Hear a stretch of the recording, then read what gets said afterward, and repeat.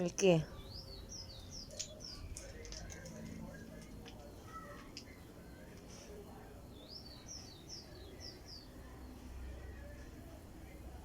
Eto, nakuha ko to sa Panmay. So, nasa 30 minutes to 1 hour lang yung time niya sa umaga at saka sa hapon na nakabitaw siya. Pero si Jackie at si Mami Doggy salitan. Si Mami Doggy yung nakabitaw ng gabi, 12 midnight hanggang pagising ko like 9 in the morning. Tapos si Jackie naman,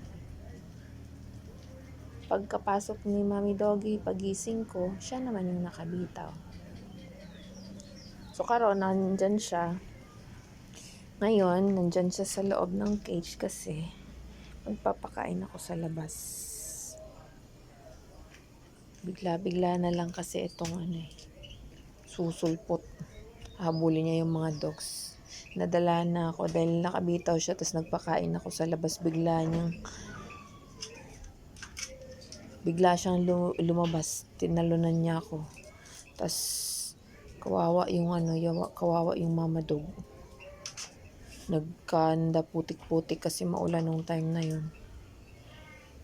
Hinabol ko rin siya sa labas.